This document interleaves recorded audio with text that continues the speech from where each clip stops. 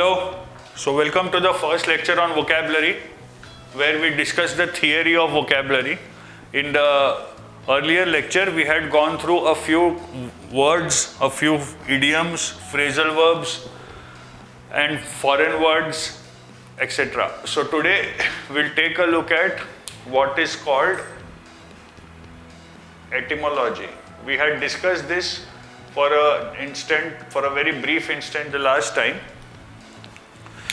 Etymology is a process of breaking a word into its roots, okay, and trying to derive as many words as you can from the root. Now, etymology is a very important process if you want to remember words. As far as improving vocabulary is concerned, we talked about it in the last lecture. The first thing many people recommend is a book by Norman Lewis called Word Power Made Easy. Try to complete some exercises from that book. It will help stand you in good stead. However, the most important aspect is an environment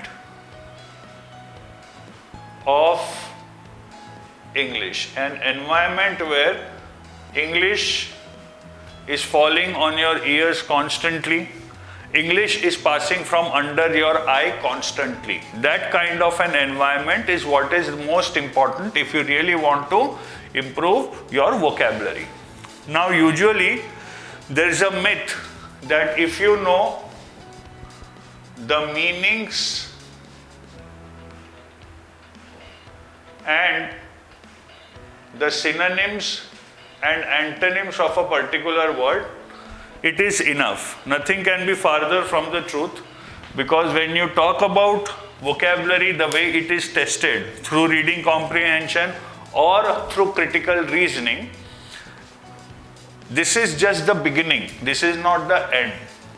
Of course, you need to know the meaning of the word. Of course, you need to know a few synonyms and antonyms. Remember, synonyms are not exact meanings. Synonyms are words which have the same overall sense, and antonyms are words which are used in an opposite sense, right?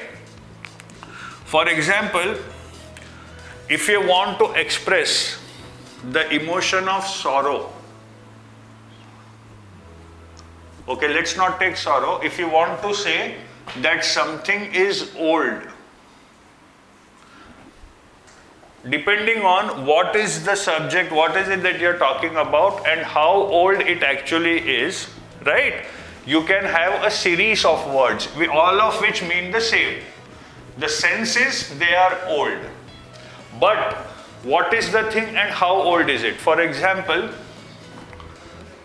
you can say that something is antediluvian. You can say something is antiquated. It can be obsolete. It can be archaic, right? It can be anachronistic. Okay? And of course, it can also be passé.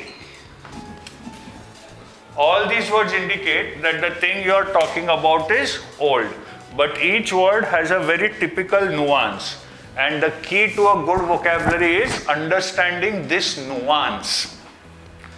Antediluvian in Hindi would be Baba Adam ke zamane ka, because diluvium refers to an event called the Great Flood. You must have read Noah's story, the story of Noah's Ark. That great biblical flood is known as the diluvium. So when I say antediluvian, it means something which happened even before the Great Flood. It is that old. Antiquated is something which is very old, but not as old as antediluvian. Remember, there is a degree of intensity relationship here. Obsolete is used with a piece of technology or with a piece of machinery, not with humans. Archaic is used most predominantly with reference to language. For example, the language in which Shakespeare wrote, today we call it archaic English. Okay? When you say that something is anachronistic, what you are saying is it pertains to the past and should not happen today, but it is still happening. That is the sense in which you use the word anachronistic. होना नहीं चाहिए क्योंकि बहुत पुरानी चीज है, लेकिन हो रहा है. In a progressive society, the existence of untouchability is an anachronism, belongs to a thing of the past. So, not just synonyms, you should know the exact usage, कौन से situation में कौन सा synonym use करना चाहिए. Third, you should know the tone of the word. Remember, the usage does not give you the tone. The tone gives you the correct usage. Let me give you an example. Let me take two words, burgeon and mushroom. Burgeon and mushroom. Both the words mean the same thing, which is to grow at a rapid pace. बहुत जल्दी बढ़ जाना. But burgeoning is used in a positive sense and mushrooming is used in a negative sense. For example, if I say the burgeoning of colleges, the sense, the emotion I am conveying is there has been a growth in the number of colleges and the growth is healthy, desirable. But if I say the mushrooming of colleges, what I am conveying is there has been a growth in the number of colleges and the growth is harmful, detrimental or undesirable. Okay, so remember, you need to know the tone of the word. Fourth, you need to know the part of speech. As far as vocabulary is concerned, the important parts of speech are nouns, verbs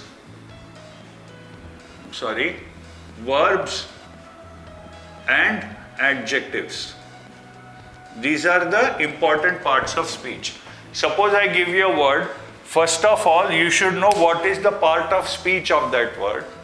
And secondly, if you want to use the word as some other part of speech, how will the word change? For example, this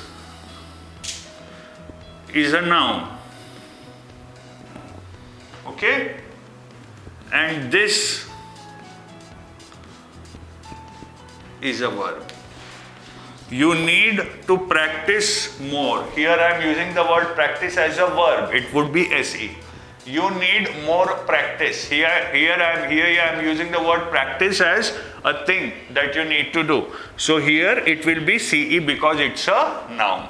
So these nuances you should know. How does the word change if you want to use it as some other part of speech, right? Fifth, you should know any etymology associated with the word. For example, let's take this word anachronistic. The root word here is chronos, which is Greek for time. Now, if you know this, then suppose I say, give you a word, chronometer. You can easily guess what the meaning would be. A device which measures time. That's a chronometer, because whenever you have the word meter whenever a word in English ends with meter, it means something is being measured. So that is a chronometer. You can also have a chronicle, a document in which important events of the time are written down, described. That's a chronicle. You also can talk about the chronology of events, arranging events according to the time they happen, according to their timeline. That is called chronology. Your resume contains all details about your life in reverse chronology, because you start from the latest and move to the earliest. Okay, so this is called etymology. Anything like this in etymology you should know. Okay? Then you have the meanings, synonyms, antonyms, tone, part of speech, etymology, and of course the acid test, usage. I give you a word, give me a good sentence with that word. That's what I want.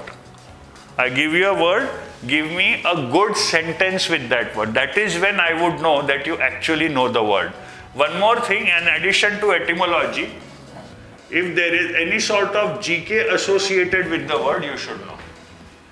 For example, in English, there are some words which have been inspired by the name of a particular person, right? Because that person behaved in a particular manner, and anyone exhibiting that behavior, you'll use that word. So I'll give you 3 such words. Your assignment is to find out the person after whom you have these words in English and how did that person behave. So basically then you'll get down to what these words actually mean. Please note down these words. The first is a word which is Machiavellian.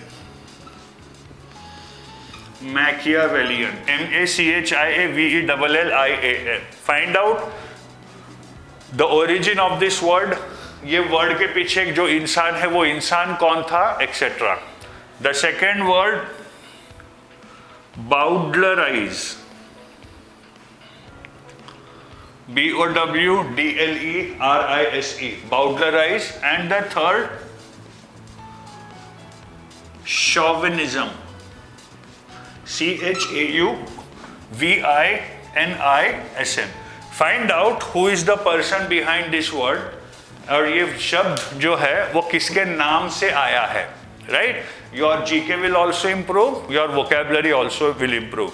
The idea is these things help you to bind the words together.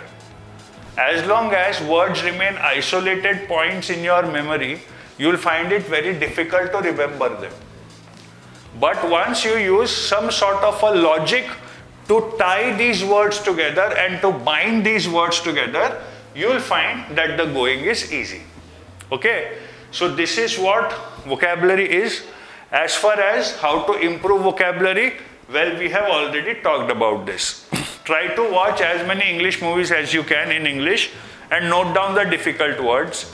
Try to read as much as you can. Of course, we are having vocabulary sessions. We'll be covering a sufficient or decent amount of vocabulary as it is in the class. And before we move on to the study material, I just hope that you have solved the questions of the first handout which we had left. किया? नहीं किया है, मुझे मालूम है. And if you are not doing your homework properly, I guess you know what you are doing, so I don't need to tell you. You all are very serious people as it is, right? So today we move on to the next booklet. Please, this is the booklet that we are going to talk about today. The title is Vocabulary 2, Etymology 1.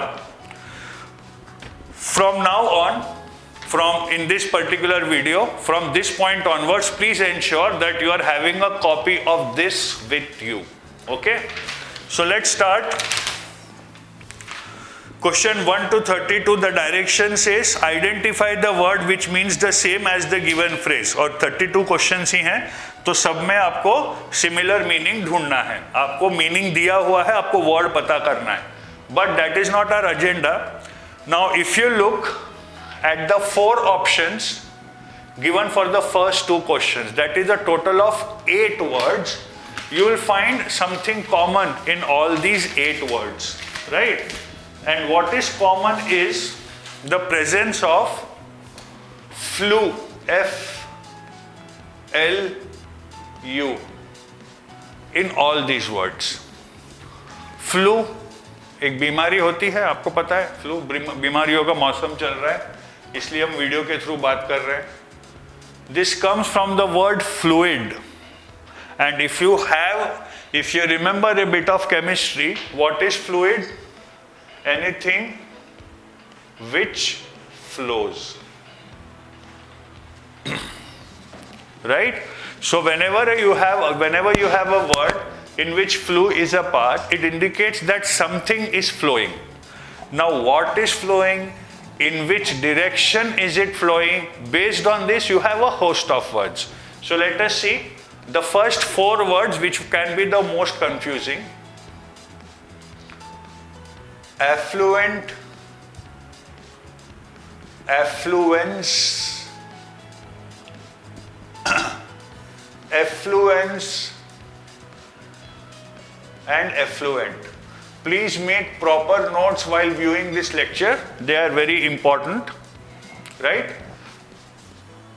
I think this is not visible, so I'll go thoda sa niche because the spellings are important. Affluent, affluence, affluence, and affluent.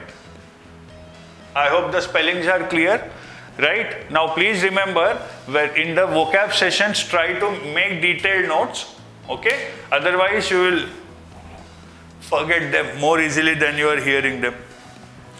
Now, the first 2 words indicate richness. Wealth flowing, that's the idea.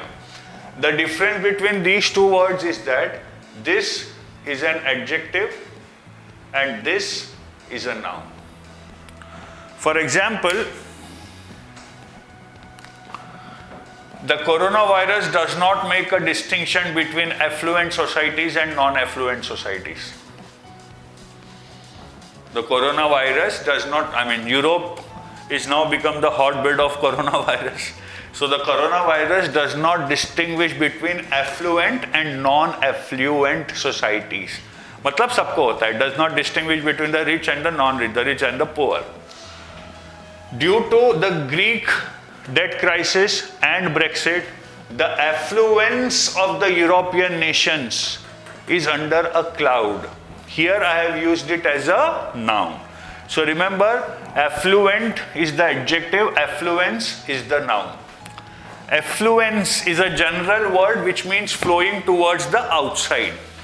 And affluent is waste discharge. इसके नीचे मैं लिख देता हूँ outside and this is waste. There are effluent treatment plants in some industry. They are called ETPs. If the waste is hazardous, first the waste is processed, made less hazardous, and then it is disposed of. It's a compulsory regulation according to the Pollution Control Board. So this is the first list of 4 words which have the root flu in them. Okay? Then you have a very interesting word, mellifluous. Mellifluous. This part is taken from the word honey, melos, the Greek word for honey. And how does honey taste? Sweet. So mellifluous, literal etymological meaning would be sweet flowing, right? Mellifluous is often used to describe the voices of singers. Hariharan has a very mellifluous voice. If you want to be a rock singer, the main criteria is your voice should not be too mellifluous. These are simple sentences. Then you can make a highly opinionated or judgmental sentence. He was not fooled by the mellifluousness in her voice when she asked him for some help. Right? By the sweetness in her voice. That's what you are trying to say. So that is mellifluous, sweet flowing. Then you have superfluous. Superfluous. This part comes from the word supra, which means above. So literally, etymologically speaking, superfluous would mean flowing from above. That is the etymological meaning. With which meaning do you use it in English? Something which is excessive, redundant, something which is more than what is needed. That would be superfluous. Superfluous is an adjective Okay, the noun form of the word is superfluity. The speech of the opposition leader was an exercise in superfluity. मतलब काम का कुछ नहीं बोला या जरूरत से ज्यादा बोला. The finance minister's budget presentation, for example, many people said it was an exercise in superfluity. So if supra is above, this is how you link up the words. Infra would be beneath or below. With this, you have a word infradignitatum. Dignitatum should be Latin for dignity. So when you say infradignitatum, what you are saying is beneath my dignity. Now, usually today in the modern world, we use the shortened version of this word. So we just use infradig. Many people consider a few jobs to be infradig. That means beneath their dignity. That's infradig. So superfluous, superfluity and infradig. Coming back to flu. We have already seen 4 and 2, 6 words with this. Then you also have flume. Write down the meaning. An artificial canal through which water flows. An artificial canal through which water flows. It can very well be in an amusement park, it can be for a purpose of agriculture, it can be anything. Anything through which water flows. That is called a flume. Right? Then you also have confluence. Confluence would mean flowing towards the same point. The city of Allahabad is situated at the point of confluence of 2 rivers, right? And of course, you should be fluent in your speech if you want to be a successful lawyer. That means you should be able to speak in a flow, not speak in a very haphazard or a very distorted manner. You should be fluent in a language, in the language in which you are arguing. That means you should be able to speak in a flow. Clear? This is what etymology is all about. We picked up one word which is fluid and we figured out so many words. Let's take one more. With this root supra, there is one more word, supranationalism. This is a political concept. Literal meaning is above nations. So this supranationalism is a political term, political idea or philosophy which believes that the world should not be divided into nations. All of us should live together as member of one huge nation, that is Earth, one big human race. Of course, John Lennon was the first person to talk about it and he was assassinated. I hope that's a coincidence. So that is supranationalism. Okay? So now if you take a look at the answers, more than you need or you want should be superfluous, and very pleasant to listen to should be mellifluous. Now look at the next 2 questions. Look at the options first of all. Again, I hope you see something similar, right? All the words end in graphy. And the 4 very important roots, if you talk about English, are, all these are suffixes. Suffixes is something which is written at the end of the word. You have graphia, which means to write. You have graphia, which means to write. You have logia, which means to study. You have phobia, which means a fear. And you have grasis, which means a rule. All these are usually used as suffixes. Graphia. Now if you combine these two words, right, these two roots, you get a word graphology, which is a study of handwriting. You combine this root, you combine graphia with bios. Bios is life. You combine graphia with bios, you get biography. Okay? You combine bios with logia, which means study. You get biology. Okay? So with graphia, as I said, you have all these words, right? Let's take a look at them. The art of beautiful handwriting is calligraphy. Lithography. So the first word here is, of course, calligraphy. Lithography is the art of printing on stone, because the root for stone is lithos or lithium. If you study evolution of man and the various ages through which man has passed, you will find that all these ages, at the suffix is the word lithic.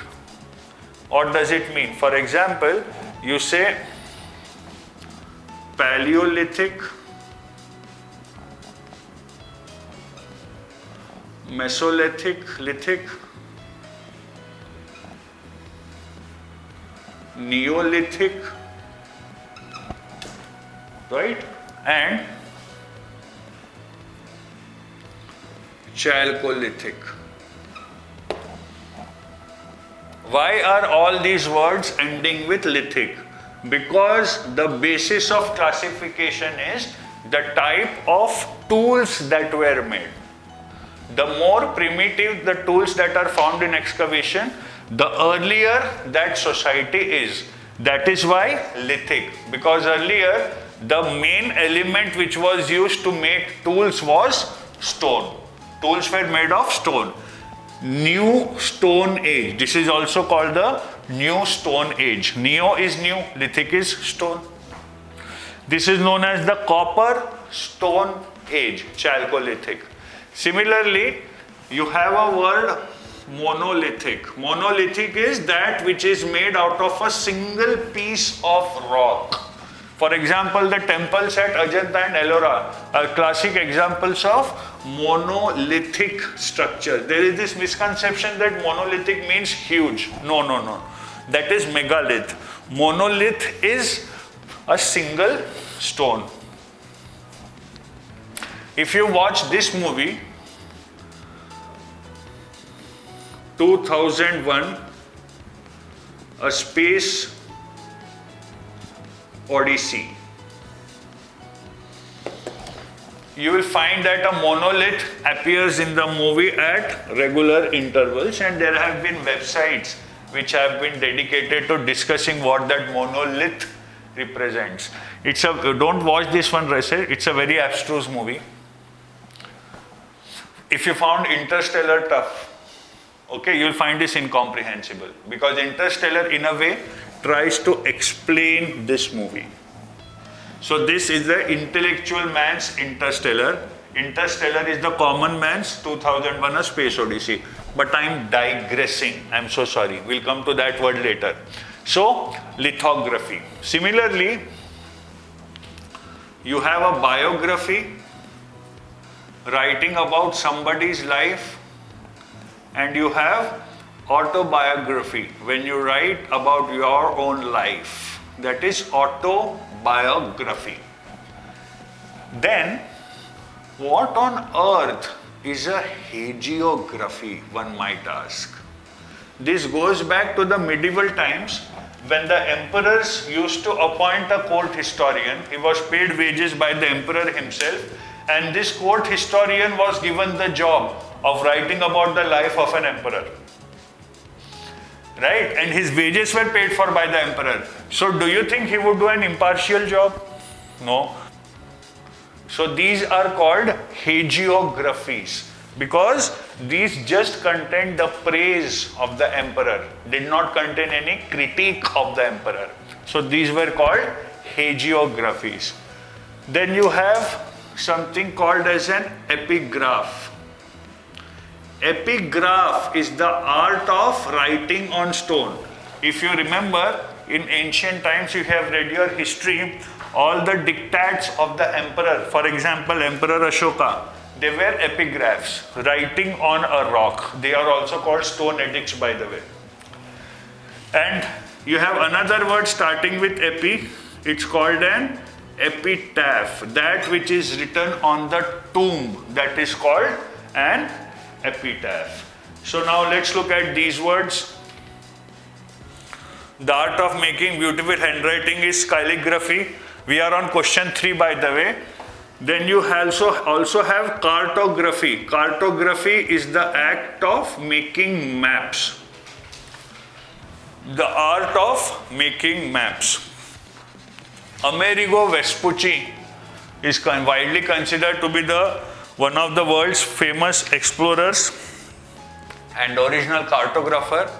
He was the first person to find that land which we today call as America. Of course, some people say it would have been better to miss it altogether, but that's okay. That's just a matter of opinion. A document wholly in the handwriting of its author would be a holograph. Remember, autograph is just a signature. A document completely in his writing would be a holograph. Seismograph. A seismograph is that which measures the seismic waves, right? These are the waves under the surface of the earth which basically cause an earthquake. So seismograph is something which measures an earthquake, and the intensity of earthquake is measured on what kind of a scale? Richter scale. And remember, the Richter scale is not a linear scale. This is just for some GK for you. It is a logarithmic scale.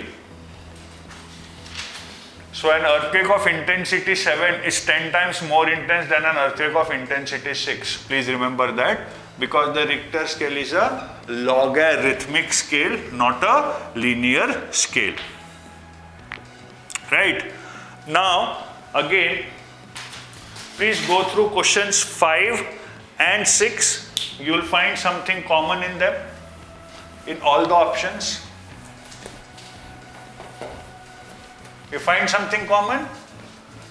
It is the word anim, A-N-I-M, which essentially means human spirit or behavior. Human spirit or behavior. So depending on what kind of a behavior is being exhibited, you can have many words. For example, let's take the first word, magnanimous. Magnanimous. Magna means large. Anime is human spirit or behavior. So magnanimous is large-hearted behavior. It was a very magnanimous gesture. Okay? Generous or large-hearted. You can also say altruistic. Then after magnanimous, you have pusillanimous, which means cowardly or timid. Cowardly or timid. Then you have unanimous, and then you have equanimous. Unanimous, the root word is uni, which means one. So unanimous is when a group of people agree to behave as if they are one. When there is a decision which is taken by all of them and everybody is in agreement with that decision, is called unanimous. Equanimous, as the word suggests, etymologically it means equal behavior. What does it mean? equal behavior. So equanimous is remaining calm and composed. Remaining calm and composed. Now in all these words, remember, are adjectives. If you want to get the noun form, just replace OUS with ITY. Okay? So you will have magnanimity, pusillanimity, unanimity and equanimity. Bill Gates' act of donating millions of dollars to charity is a magnanimous gesture, right? If all the rich of the world become magnanimous, no one would be poor. That's what a humanist would say. An economist would say magnanimity. Noun, I'm using it as a noun. Magnanimity is just a recipe for increasing inflation. Because if all the rich of the world become magnanimous, the inflation rate would be 1000%. Students of commerce will understand this. Pusillanimous. During the 60s, the Indian batsmen were renowned for their pusillanimity while facing fast bowling, especially West Indian bowling. And one person came and changed all that. Sunil Gavaskar, obviously. Before that, the Indian batsmen were renowned for their pusillanimity. Understood how to use it in a sentence? Okay. Virat Kohli's selection as the captain of the Indian cricket team shows that even unanimous decisions can be wrong. Extremely sorry for Kohli fans. Equanimity. Though he was facing a lot of problems in his personal life, he could still retain his equanimity and do well in his job. Got the idea? Okay? Okay. Then the next set, animus, animosity, and animadversion. Animus, animosity, and animadversion. Animus is dislike. Animosity is intense dislike. The history of Middle East is nothing but the history of animosity between different groups of people at different points of time. Right? The history of the Middle East is nothing but the story of animosity between different groups of people at different points of time. Okay? Animadversion. You must know the word adverse, which means opposed to, right? Adverse conditions. Adversity tests you and makes you better, but I'd rather be what I am and not be tested. Adversity. Your opponent is also known as your adversary, आपका दुश्मन, आपका rival. So let's break down this word. Anim, human behavior, adversion, opposite. Behavior which shows that you are opposed to something. That is the etymological meaning. With what meaning do you use the word animadversion in English? Severe criticism. The movie Panipat, neither was it historically accurate nor was it a well-made movie. So it drew a lot of animadversion. It drew a lot of animadversion from both historians and the critics. That's how you'll use the word animadversion in a sentence. Okay. Then you have simple words. Animate, when you make pictures behave like humans, but animated is used in another sense. Americans have a very animated body language. Unlike Indians who exhibit a very inhibited and a reserved body language. For example, look at the way Trump speaks. It's not just his words. For example, when Trump says, I don't know, which is like always, if every part of his body will say, I don't know. Or the hand will, that is called animated body language, exaggerated gestures, exaggerated gesticulations. But if you talk to an Indian, he'll say, I don't know. That's it. There is no body language anywhere. So these are called animated. So this is the root, Ni, and a person, of course, who does animation is known as an animator. A person who does that, a very important aspect of the film industry today. Right? So I think you have your answers to the next two questions. Agreed to by everybody would be unanimous. Adverse criticism would be animadversion. Clear? Okay. Now let's move to the next set of questions, questions 7 and 8. A feeling of guilt or regret. We are not going to discuss the roots in every particular word. Wherever it's important and some value can be added, otherwise everything would be given in the analysis. A feeling of guilt or regret is compunction. Comportment, write down the meaning. Typical mode of behavior. Typical mode of behavior.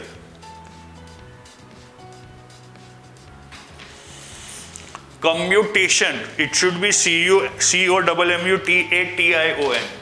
Now remember, this is a very interesting word.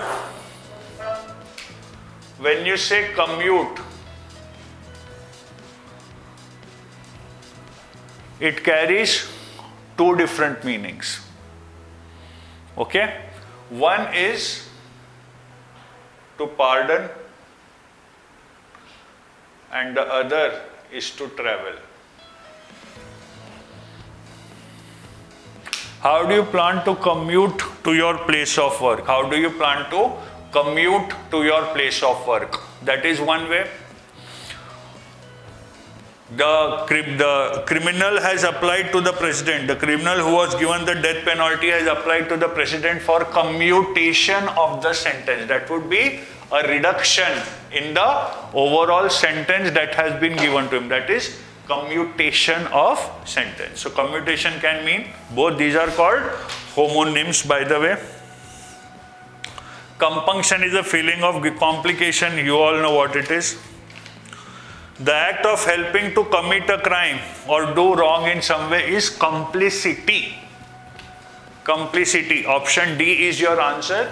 And the person who aids or abets in the performance of a crime, he is known as an accomplice. Right? Commemorate.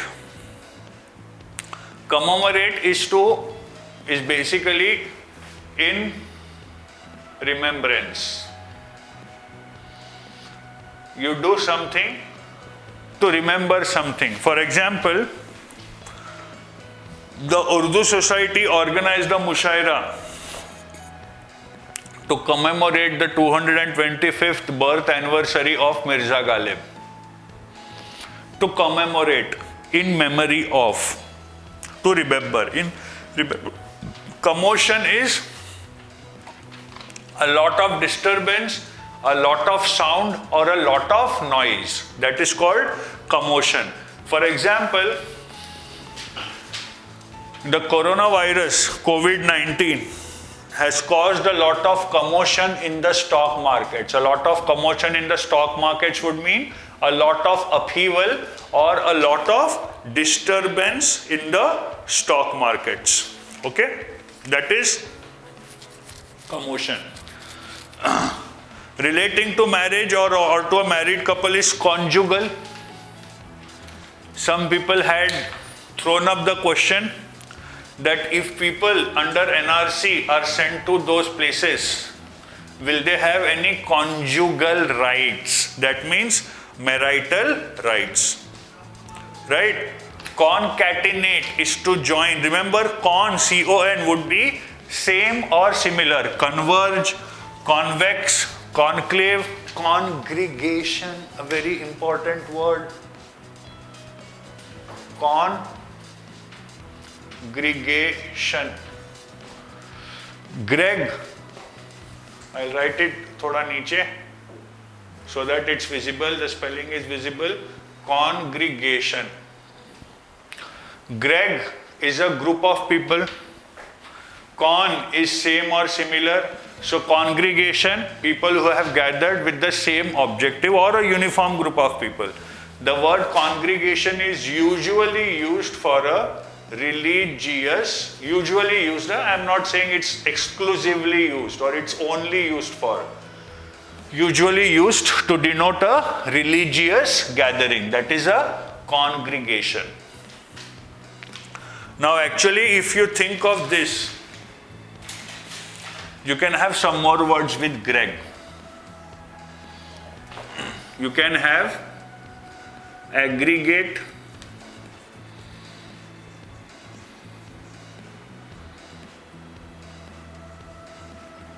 right? Segregate, desegregate. I think the marker is a bit faded. Desegregate. And you can also have the word, yeah, this one's okay, egregious. All of them have the root Greg. And of course, you also have the word gregarious. Gregarious, a gregarious person is a person who likes to live in a crowd or a herd or in a group. Such a person is known as a gregarious person. Aggregate is to take several things which are disjoint and join them together in a group. That is to aggregate. Segregate is to take things which are already in a group and split them into its individual parts. That is segregate. Desegregate is to join again. Egregious is outside the group.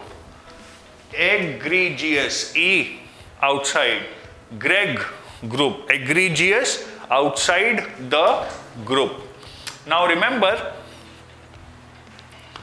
egregious takes the meaning shockingly bad. So why isn't that thing in the group? Because it is so bad that it can't be part of the group. For example, not to name anybody, but a few people in India have become an expert in churning out egregious literature at a rapid pace. In churning out egregious literature at a rapid pace. What does this mean?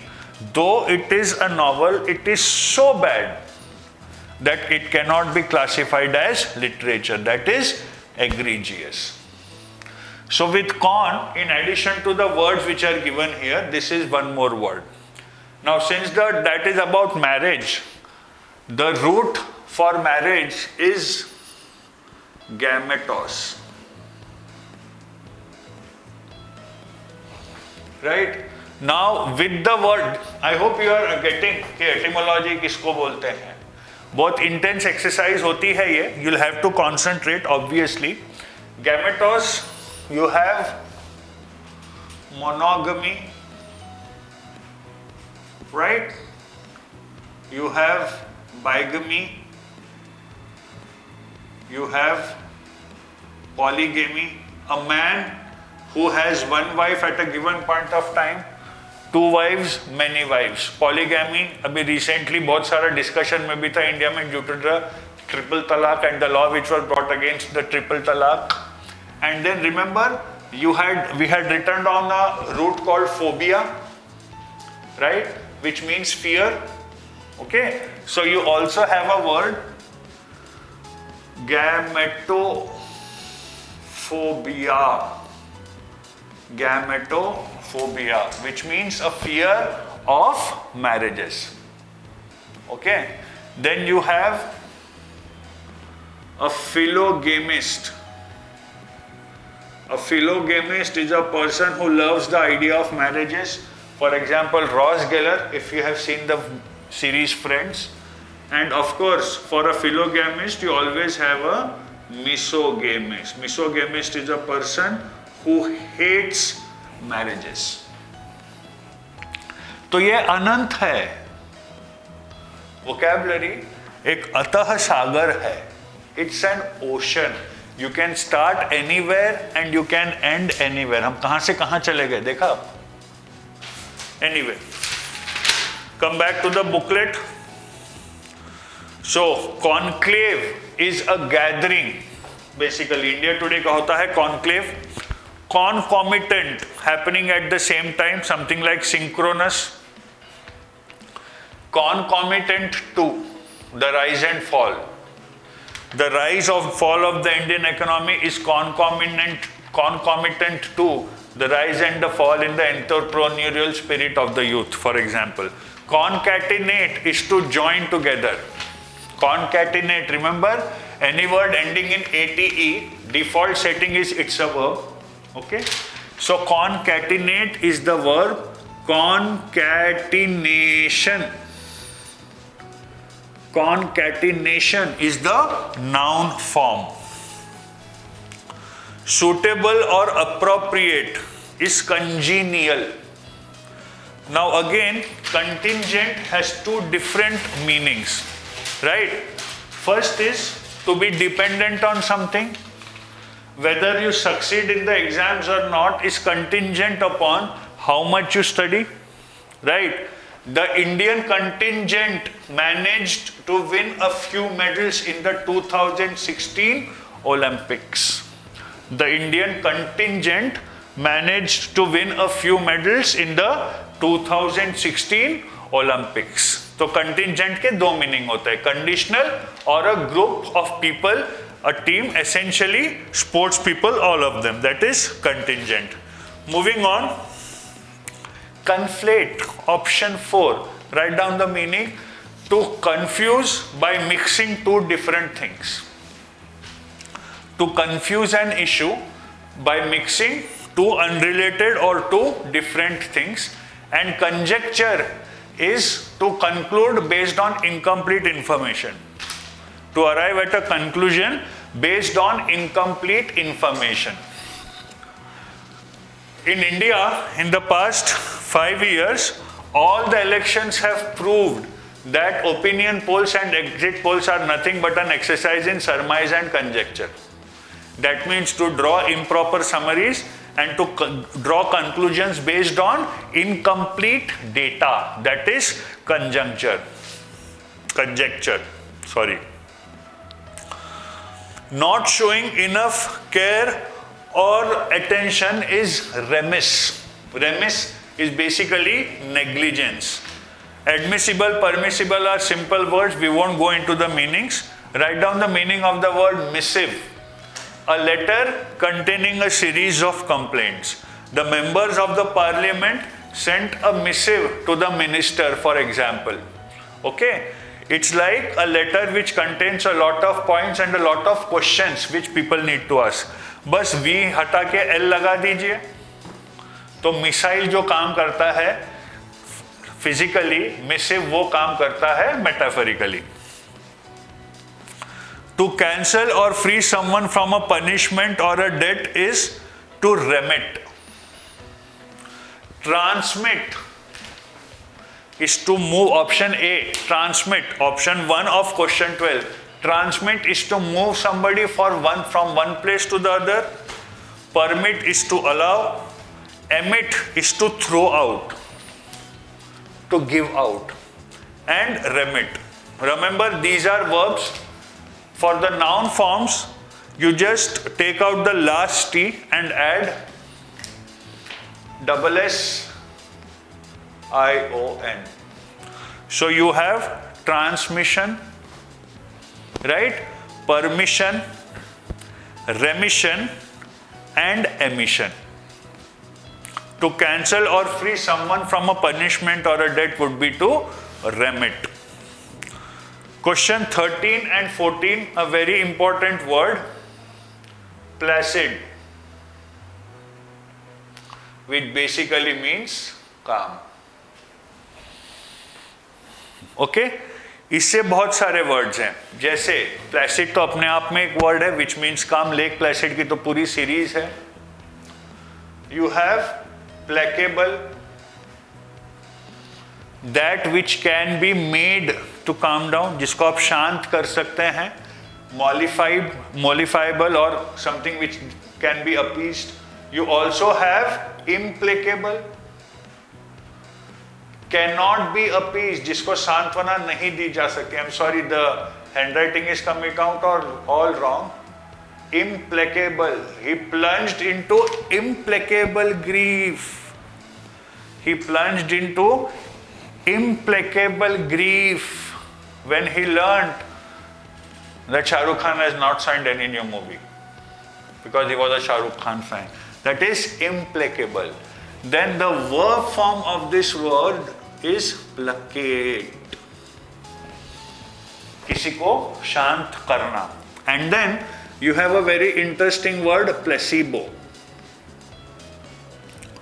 Placebo essentially means a false medicine. There is a disorder, psychological disorder called hypochondria. Hypochondria is an irrational fear that something is wrong with your health. Hypochondria is an irrational fear कि आपकी तबीयत कुछ गड़बड़ है. And a person who suffers from this condition is called a hypochondriac. For example, एक बार छींका तो सोचता है कि निमोनिया तो नहीं हो गया. एक बार खांसी है तो सोचता है ब्रोंकाइटिस या टीबी नहीं हो गया. और आज की तारीख में या you know what I mean, घूम फिर के हम उसी बीमारी पे आ जाएंगे, corona virus. Okay, so hypochondriac. Now when these people go to a hospital, go to a doctor, the doctor knows that nothing is wrong with them. लेकिन doctor ने अगर ये बोला, so these people think कि doctor को कुछ नहीं आता. So the doctor listens to him and gives him a medicine which has absolutely no potency. It's just a sugar tablet.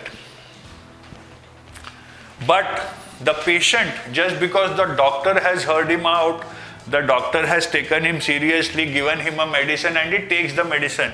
Just because of that psychological feeling, the patient starts feeling better. Nothing was wrong with him in the first place. इसी को stretch करके एक word आया है, एक term आया है, placebo effect. Placebo effect मतलब you do something which makes you calm down. The situation is still as messy as it was. Okay, for example, I don't know how moral or ethical this is, but nowadays you have a word, retail therapy. That means these people are treating shopping as a placebo, shopping as a therapy. So the idea is, if you are depressed, go to a mall and buy a lot of things. Use your credit card or preferably someone else's credit card. Because if you use your credit card, 1 month later you will be in depression again. Then you will need retail therapy again. And the cycle will continue. So make sure it is somebody else's. In fact, if you board an Indigo plane, if you have traveled in an Indigo plane, the air hostess, once the plane takes off, says, presenting our retail therapy magazine. She does not say product catalog, does she? No. Retail therapy. Okay, so that is called placebo effect. Situation उतनी ही बेकार है, लेकिन आपने कुछ कर दिया superficially, आपको लगता है सब ठीक हो गया. That is placebo. Right? So implacable we have covered. Complacent. Very interesting 2 words here now. This is a lot of fun. Complacent and complacent. A very minimal difference between the two, but huge difference in the meaning. Complacent is a person who has become lazy due to a sense of achievement. उसको लगता है उसने बहुत कर लिया, अभी वो chill मार सकता है. That is complacent, PLA. Complacent comes from the word comply, which means to obey or to agree with something. So complacent would mean a person who readily agrees with whatever the other person says. So opposed to someone or something in a very angry or determined way that cannot be changed. Question 13, the answer should be implacable. Right, now please turn the page. Question 15. Having or showing a tendency to eat very large amounts of food is voracious. Frugivorous is feeding only on fruits. Herbivorous, herbivore, you must have, let's talk about 4. A herbivore, a creature that feeds only on plants. A carnivore, a creature which feeds on animals. Omnivore, a creature which is both a herbivore and a carnivore. And you also have a sanguivore, a creature which feeds on blood.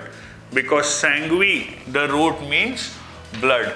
जिससे आपका एक और word आया है sanguine, which means cheerful, lively or optimistic. That is sanguine. So having a tendency to eat very large amounts of food is voracious. A town or other area where people live in houses near a large city would be suburb. ठीक है? Urban is sophisticated. To examine or read something in a very careful way is peruse. Attached herewith, please find the following documents for your perusal. I'm sorry, question 16, the answer should be exurb, outside the urban area. Suburb is within the area itself. So to examine or read something in a very careful way is peruse. Permeate is to enter. You must be remembering something called as a permeable membrane and a semi-permeable membrane. A semi-permeable membrane is a membrane through which only a few things can pass and other things cannot pass. Permeate is to spread. Okay. So, perturb is disturb. It's exactly similar to this word. You have perturb, which means disturb. He was perturbed by the news. He was disturbed by the news. Perturbable can be disturbed. Imperturbable cannot be disturbed. So, the adjective to use for a person with intense concentration should be imperturbable concentration. Having no mistakes or flaws is perfect. Pervasive is to be present in something. Let's take God, for example. We say that God is omnipresent,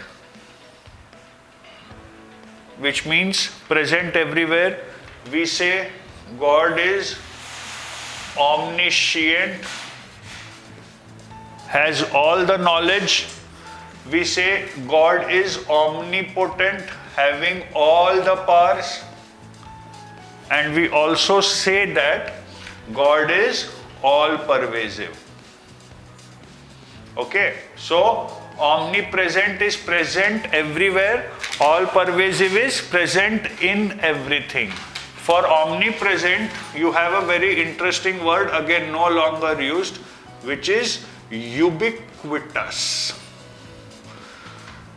The ubiquitous presence of competition leaves no choice for a person who really does not want to compete. Yeah? The ubiquitous presence of competition results in no choice being offered to a person who does not want to compete. That is ubiquitous, present everywhere. Right? So perjury is to lie under oath. Perjury, it's an offense in the courts to lie under oath. You are committing perjury or you will be charged with perjury. Perfidious is disloyal. Now for disloyal there are many words you can use.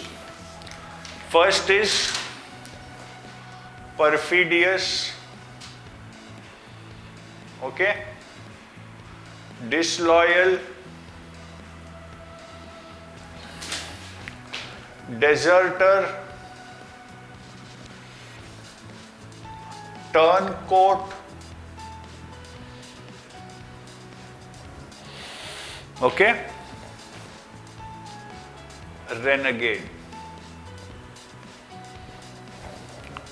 A renegade is a person who has changed sides in a battle. That is renegade. Disloyal, simple. Deserter, a person who has abandoned an old cause. That's a deserter. Turncoat is a person who has changed from this to that, has taken a 180-degree turn, which in French is also called a volte-face.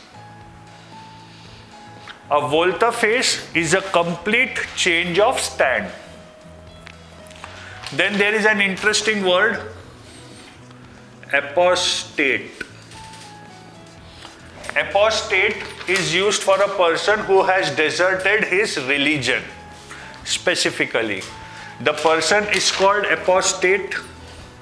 The act is called apostasy. Both these words are nouns.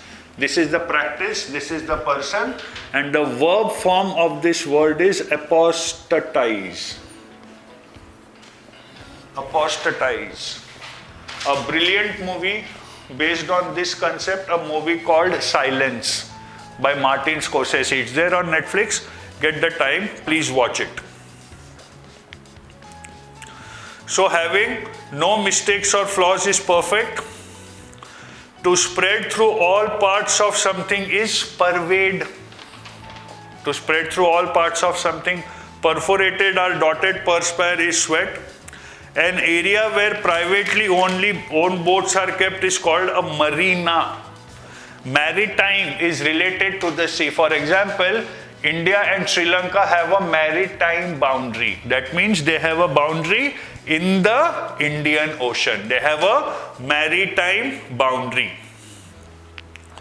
Marine, we all know who a marine is, especially if you have watched these US action movies. An area of soft wet land with grasses and related plants is a marsh. Marinorama. All of you know what's a panorama, right? A panoramic view. Similar view in case of an ocean or a water would become a marinorama. Remember, hetero means different and homo means same or similar. That is the origin of the word homosexual and heterosexual. So not agreeing with established beliefs or standards would be heterodox. Okay? He has a different set of beliefs. Homogeneous. A homogeneous mixture. A mixture consisting of similar elements. Heterogeneous mixture. A mixture containing different elements which don't mix together properly. That will be a heterogeneous mixture. Someone who helps another person, group, etc. by giving money would be a benefactor. A facile argument is an argument which is untrue, an argument which is false, without any iota of truth. That's a facile argument. The word faculty, first of all, refers again two meanings. Faculty also refers to a set of people who are teaching. Faculty also relates to the mental ability, right? So here someone who helps another person is a benefactor. So let's take a look at a group of words here.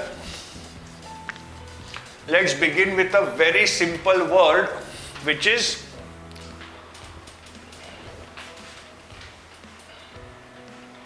bona fide. Bona fide. The first part comes from bene, which means good, and the second part is fide, which means faith.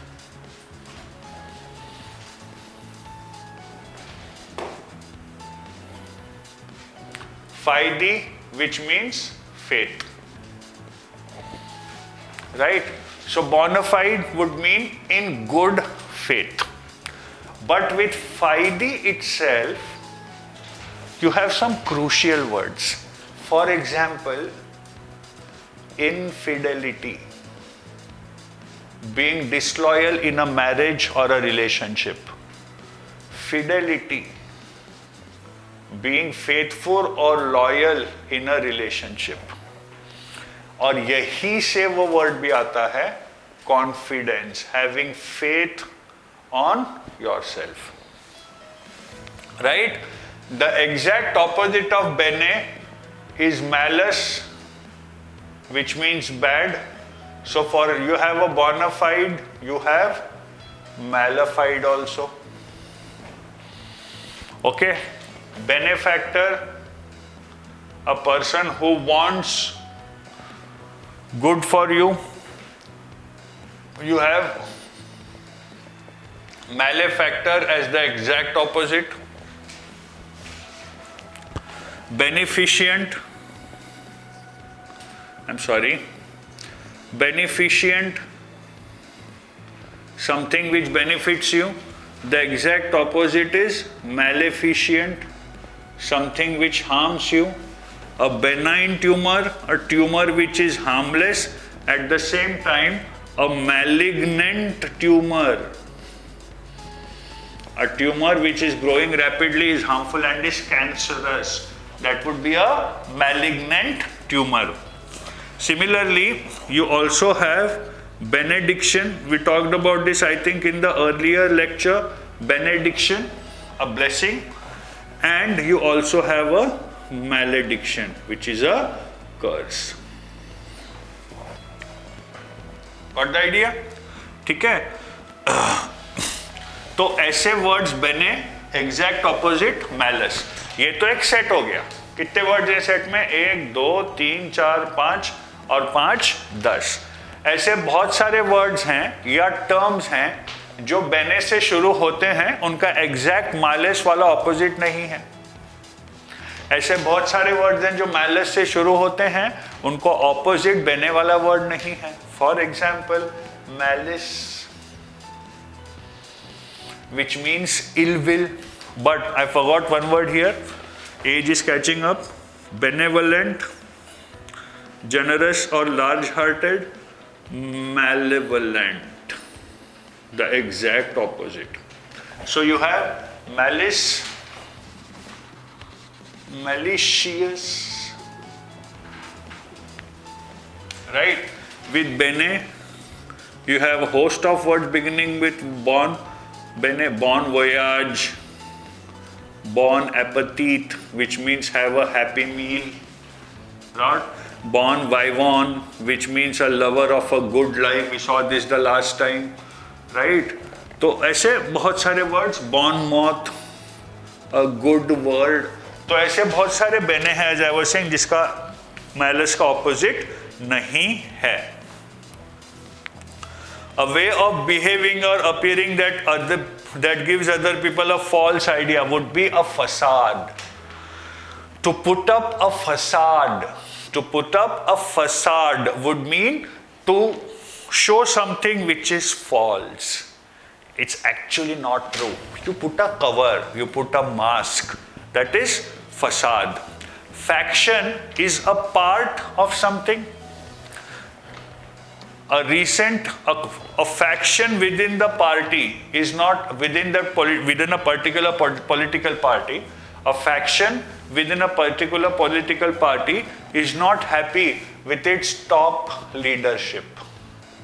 A faction within a particular political party is not happy with the top leadership. That is a faction. Olfactory is referring to the sense of smell.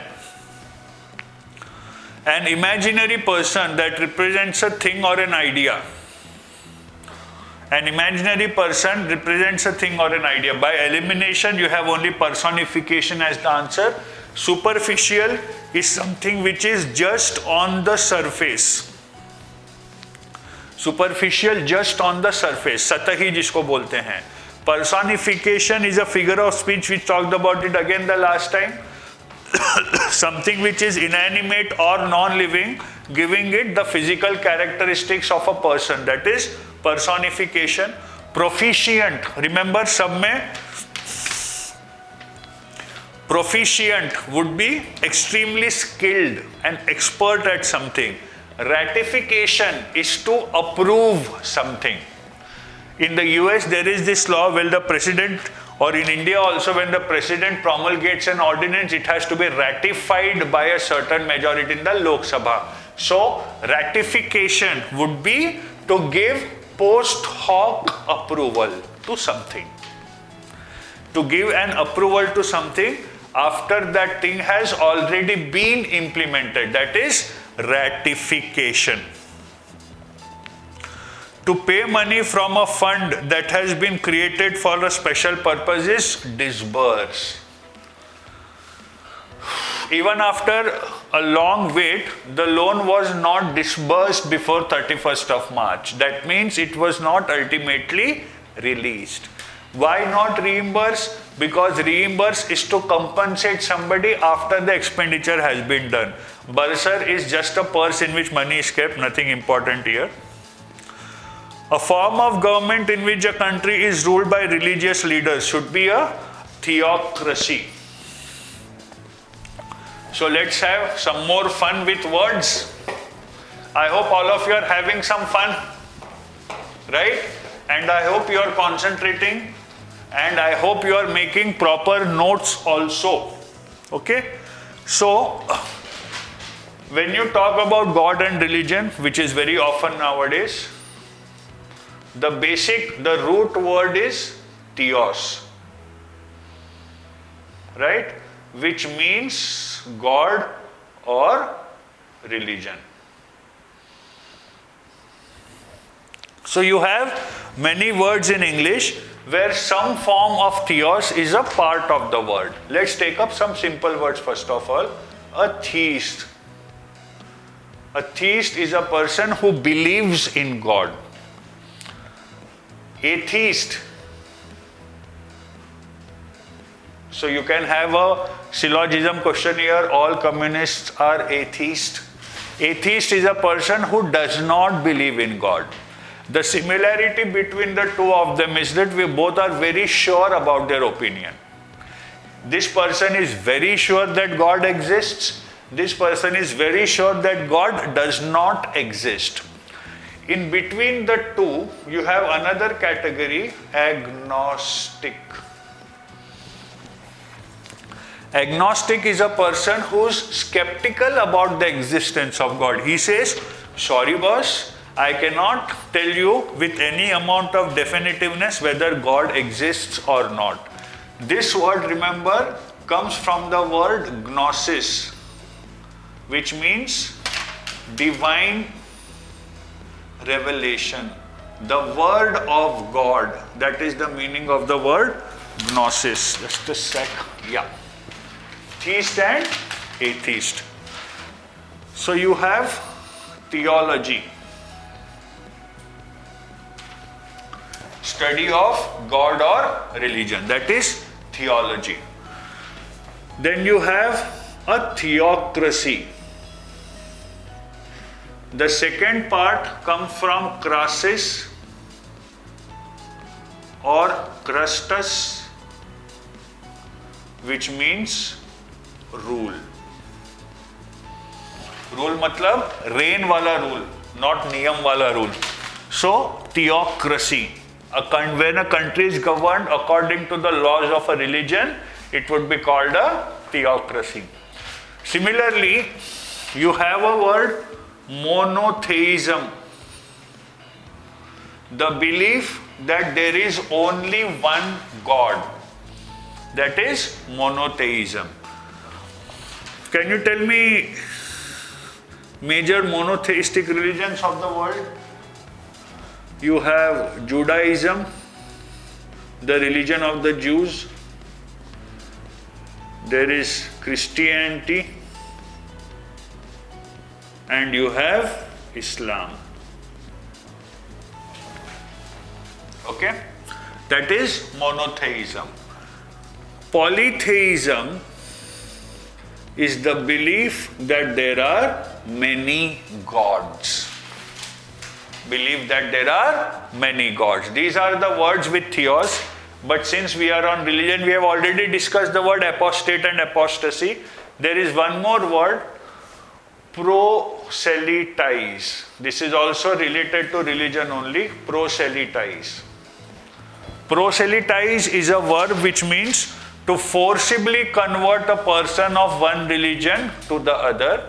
And the person who does that, a person who forcibly converts a person of one religion to the other, is known as a proselytizer. Proselytizer. This is the person and this is the verb. Okay?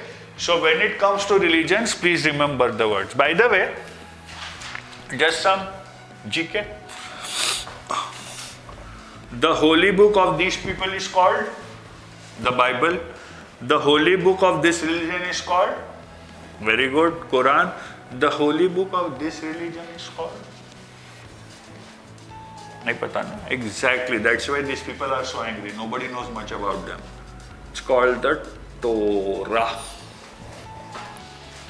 And you will be surprised to know this. All the three believe in the same God. The name of God is different, and there is a lot of disagreement on what is his actual message and who is the perfect messenger. That is what they differ on. If you want to know more about this, just a suggestion, read a book, Holy War, by Dr. Karen Armstrong. It's a complete history of the Middle East. It's a very powerful and a wonderful book to read. It will arm you with a lot of knowledge about the Mediterranean region. There is a disadvantage. Halfway through the book, you will be convinced that this problem cannot be solved, which is a very pessimistic view, but then that's the idea. Okay? So please remember all these words. I hope now it is very clear what we actually mean when we say etymology. Take a root and go bonkers. That's the idea. Okay, so form of government, we have covered that. Autocracy, single person ruling. Plutocracy is a government of the rich. Aristocracy is a government of the elite. Remember, we had talked about the creme de la creme, which means the elites. Government by the elites. Bureaucracy would be a government by the desk officials, obviously. Okay? There are some more interesting cracies, by the way. A gynocracy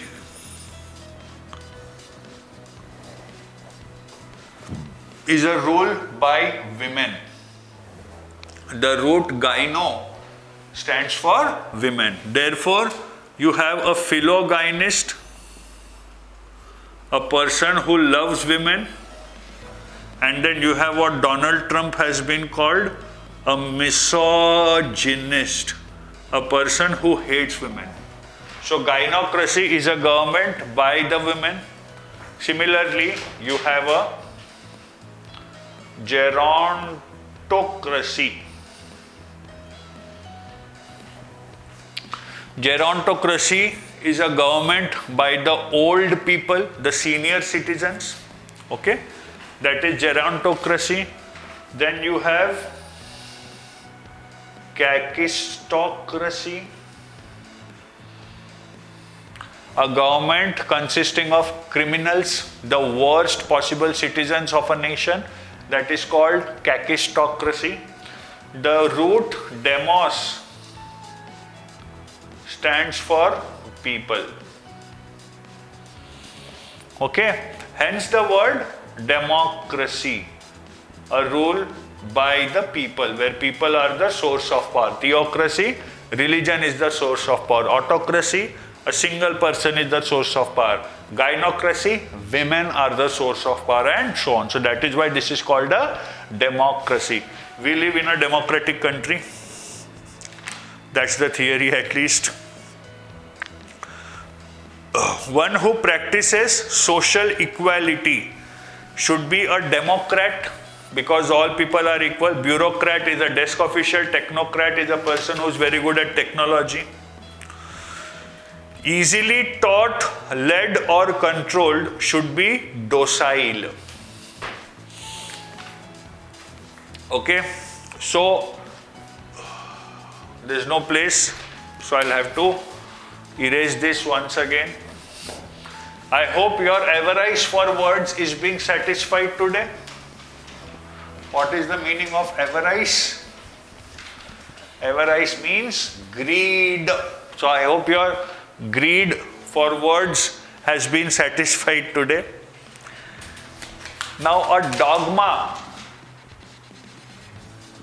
is an idea or a fixed notion. That is a dogma. And a person who follows a particular idea or notion without questioning it, we call him a dogmatic person. Right? And a person who's practical, we call him pragmatic. So let me ask you a question. Okay? You'll need to work on this. I'll write down a few words. Tell me something which binds these words. Okay? First is the word vital statistics. Okay? Dogmatic, cacophony,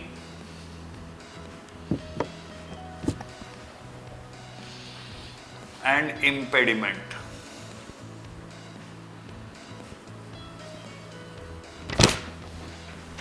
The question, understand the question carefully. Tell me something which ties all these words. That something can be anything. It can be a concept, it can be anything. Okay? The next time we meet, we'll start with this. So dogmatic, pragmatic. Okay? Where were we? Question 29. What do you mean by a doctrine? Doctrine again is a theory or a notion. So doctrinal is pertaining to a theory or a notion. We'll rush through, we are running out of time now. To instruct, especially in fundamentals or rudiment, is to indoctrinate. But unfortunately, indoctrinate is a negative word. Finally, the last two questions. To make something less important or valuable is to denigrate.